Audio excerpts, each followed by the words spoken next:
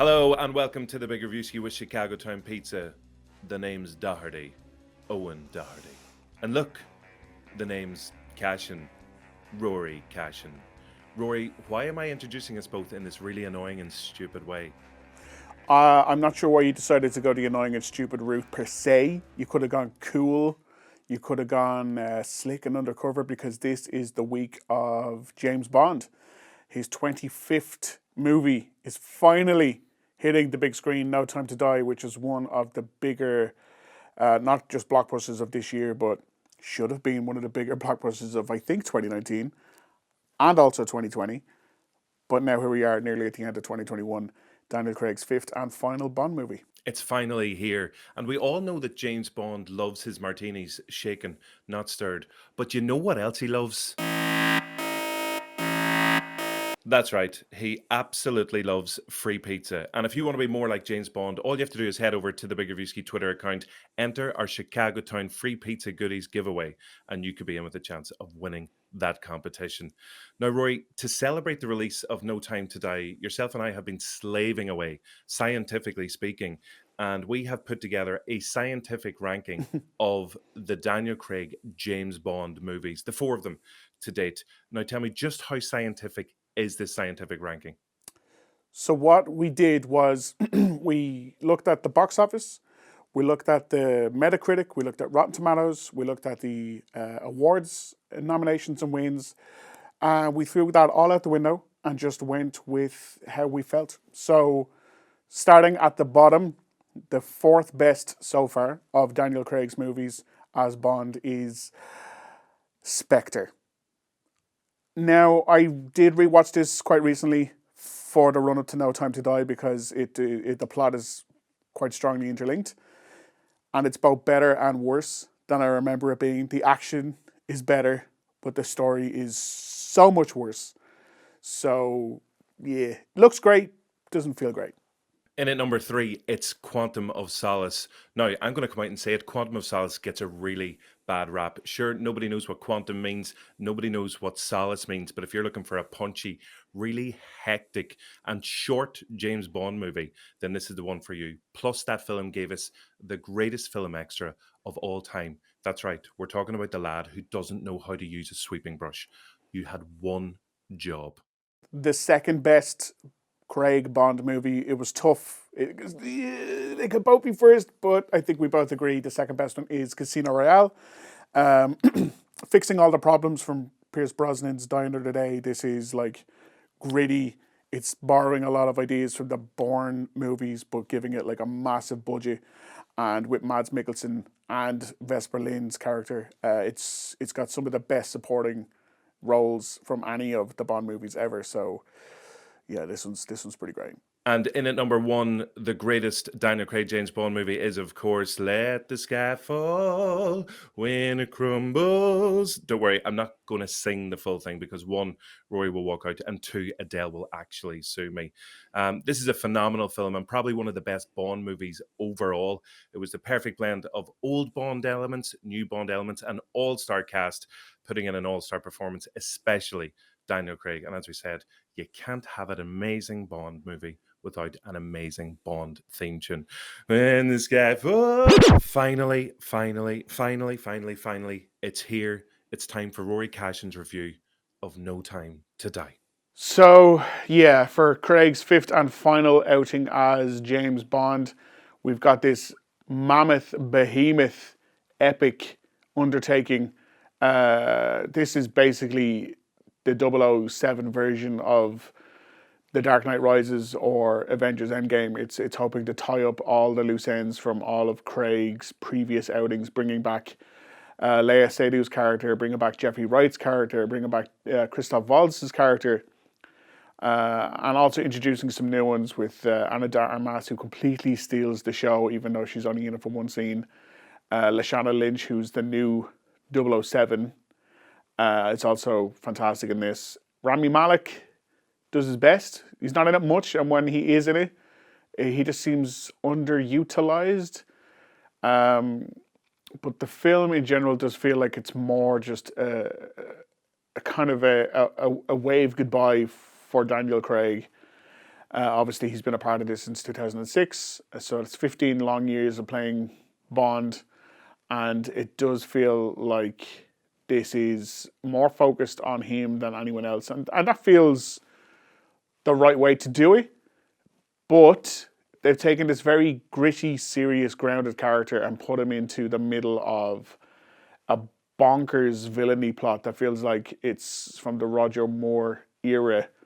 So we've got this kind of weird clash of tones between the serious, gritty Casino Royale, Daniel Craig Bond, and a hyper kind of out of this world OTT-ness that doesn't suit the character that they've created. So it's odd, it's messy, it's fun, it's funny because the script is co-written by Phoebe Waller-Bridges, and everyone in it is giving it their all, and it looks great, and the action's really, really good. Some of the set pieces are fantastic, but it is just that little bit. It's not as bad as Spectre.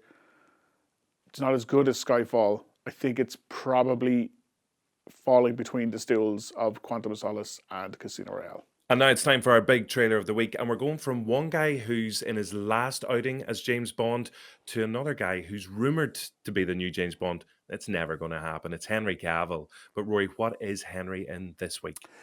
So this week, Netflix had a massive event called Tudum, which was named after that sound that comes on when you turn Netflix on. So they showed off lots of sequels and prequels and spin-offs and trailers and announcements and all that stuff to do with everything that's coming to Netflix pretty soon or over the next few months or years. But one of the big ones I think that had the biggest reaction was the first proper trailer to the second season of The Witcher. So the first season, I think everyone was hungry for something following up Game of Thrones. Plus, The Witcher itself has a massive fan base, both from the books and from the video games.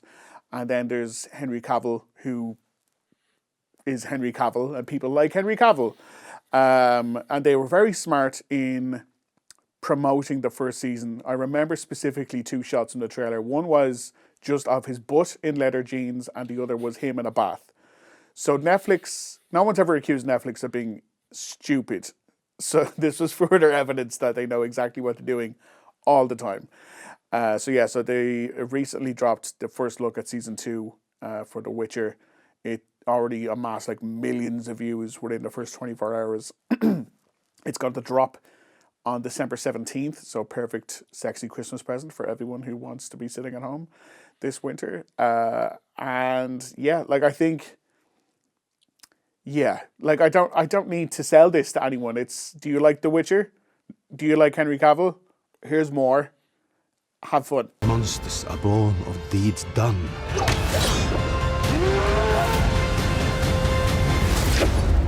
Unforgivable ones.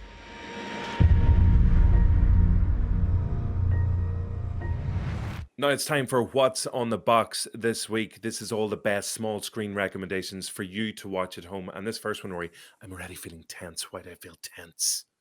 Why do you feel tense? Well, the trailer is very tense. The premise is very tense.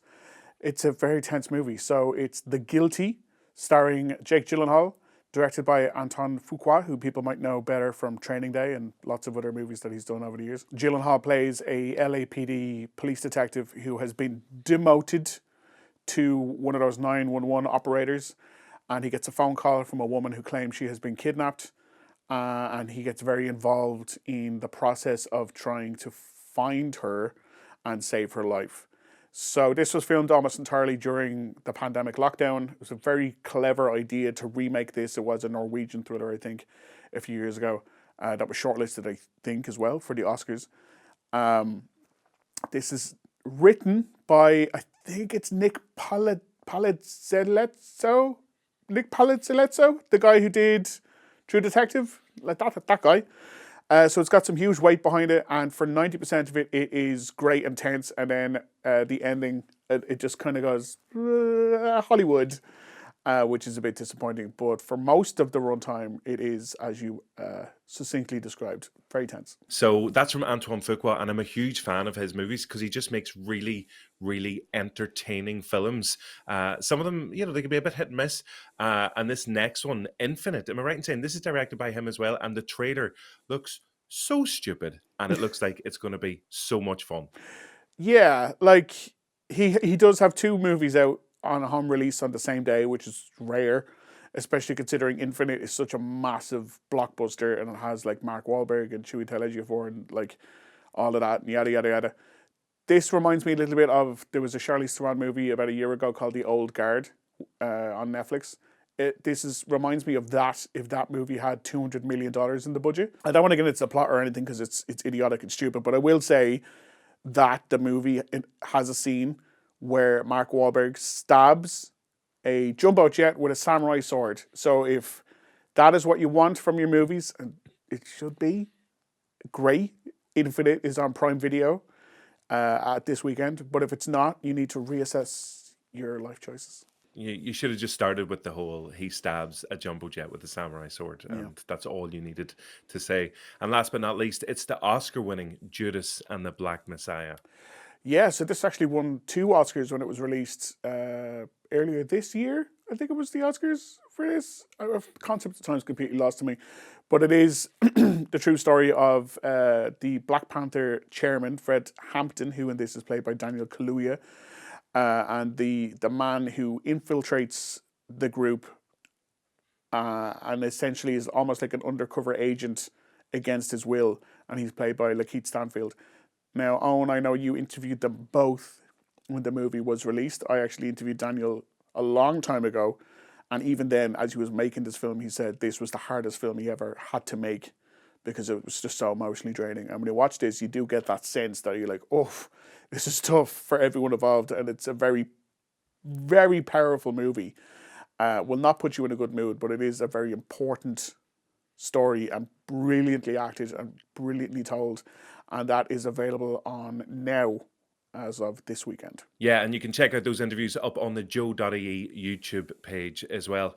Now, all week I've been dreading the next section of the show, and I know, like everybody watching and listening at home, maybe you say that anyway, but for a very particular reason, it's time for pizza and a movie. And I'd been on such a strong winning streak. Rory won one a couple of weeks ago, and then last week when it came to choose the films, and Rory, you said the name of your one, which of course was Man on Fire. I knew at that moment that I had lost. Little did I know how much I would lose by, because I went with my heart last week and chose a film that I love instead of my head. And I went for The Life Aquatic with Steve Zissou. But if we can get our generic drum roll, please. Lovely. Thank you very much. The results have been tallied as ever. And this isn't safe. If there are any children around, please remove them from the room now, because this is an absolute massacre. Man on Fire obviously won with 89% of the vote to a measly 11%. So Denzel Washington has absolutely kicked Bill Murray's ass there. So congratulations, Roy. So my choice for this week is it's going to win. And I'm sorry to have to break it to you, but it's tied in to a director we've already spoken about. It's tied into my recent win. It is Anton Fuqua directing Denzel Washington in Training Day. King Kong ain't got on me! It's Denzel again, but he is directed by Anton Fuqua, and it has been added to now. So if you want to see the Oscar-winning movie from back then, you can watch it this weekend. Have a little Anton Fuqua trilogy weekend, but if not, you can just watch Training Day and see Denzel go full King Kong and see why he won that Oscar. You have absolutely no shame. No. Like, you're just whipping out these populist choices now. And I'm delighted to say I've done exactly the same thing this week. I haven't picked the same film, but I have picked one of the greatest films of all time. It was released 34 years ago in the States this week. And the reason I know that is because one of the stars tweeted it. We have the tweet right here. It was Carrie Elwes tweeted, 34 years ago today, a little indie movie I made, The Princess Bride, premiered in North America, and it changed my life forever. As you wish, Wesley. Farm boy, polish my horse's saddle. I want to see my face shining in it by morning. As you wish. It is completely magical. It is a must-watch film. It's available to watch on Amazon right now. It is, of course, The Princess Bride. I don't know what way this is going to go. The Princess Bride versus Training Day. It's going to be tight. It's going to be tight. That's a wrap on this week's episode of the Big Reviewski. On next week's show, we're going to have the stars of Voyagers, a brand new sci-fi thriller. But this week, to take us out of the show, Rory, who have we got? Well, I know we should have no time to die, but we always make some time for Rami Malek, who is playing the villain in Daniel Craig's fifth and final Bond movie. You can watch the full interview with him and the director and some of the other co-stars. They're all up on Joe's YouTube channel right now. But for this particular bit of our conversation, he has some funny and interesting things to say about the secrecy, the absolute level of secrecy that must be achieved around keeping plot secrets and the script and all that stuff to himself for so long around No Time to Die. I'll tell you when I first realized how secretive it was going to be, and it just hit me right now, dawned on me now. When I first received the Bond script, it was hand delivered to me by Barbara Broccoli herself, and she drove it over to my hotel in London. And I think that's a tone that she set for, we're going to keep our mouths shut, and it's going to pay off in the long run, which I believe it will, and it has.